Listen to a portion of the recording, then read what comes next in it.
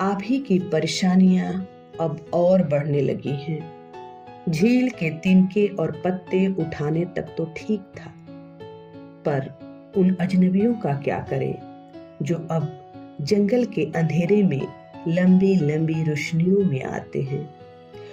उनके कंधों पर तेज तीखे कुल्हाड़े पूरे जंगल को डरा रहे हैं।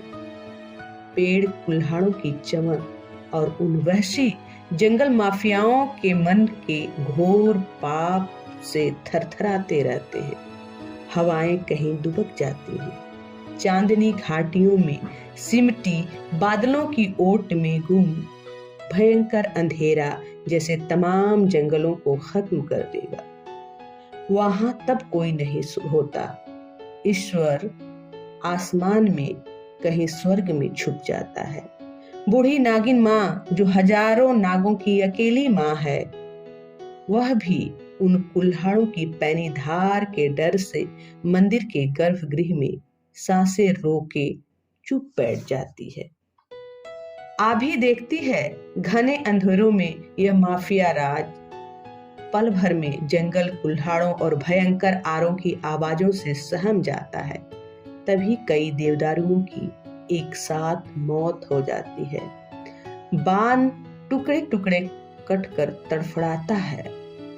मौत की इन भयंकर चीखों से दूर पार कभी गीदड़ हुहुआते हैं, कभी बर्फानी चीते भयंकर गर्जना करते हुए ऐसे लगते हैं जैसे कैलाश पर्वत पर विराजमान भगवान शिव से गुहार लगा रहे हो। है शिव, कहाँ है तुम्हारा त्रिशूल? अब क्यों नहीं आता तुम्हें क्रोध? क्यों नहीं करते तांडव और संहार इन दुष्ट वन माफियाओं का? जंगल के वीरानों में आभी सुनती है मन को चीर देने वाले ठहाकों की गूंज। उन ठहाकों के साथ हवाओं में एक अजीब सी दुर्गंध फैलती है। बारूद, भांग, सुल्फे की गंध, देसी जहरीली शराब की गंध, नोटों की सरसराहटों की गंध।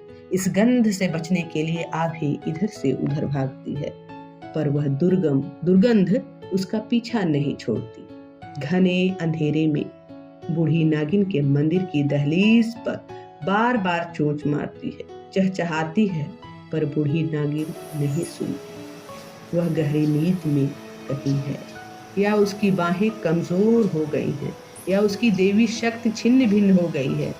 फिर उस अंधेरे में झील के ऊपर कई चक्कर काटती है आभी। अचानक लगता है जैसे असंख्य जुगनू झील में उतर आए हैं। वह जुगनुओं को जानती है, वह उनके साथ रहती बसती है।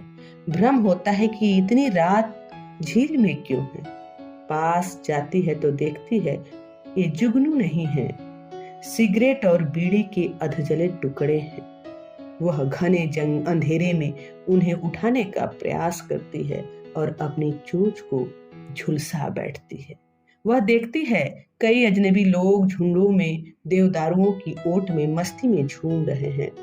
अपने कंधों पर मृत देवदारुओं और बान के कटे मोटे लंबे टुकड़ों लिए सड़क पर पहुंचा रहे हैं, ट्रकों में लाद रहे हैं। आभी रात भर नहीं सोती, झील भी नहीं सोती, देवदारू बान और बुरांश भी नहीं सोते।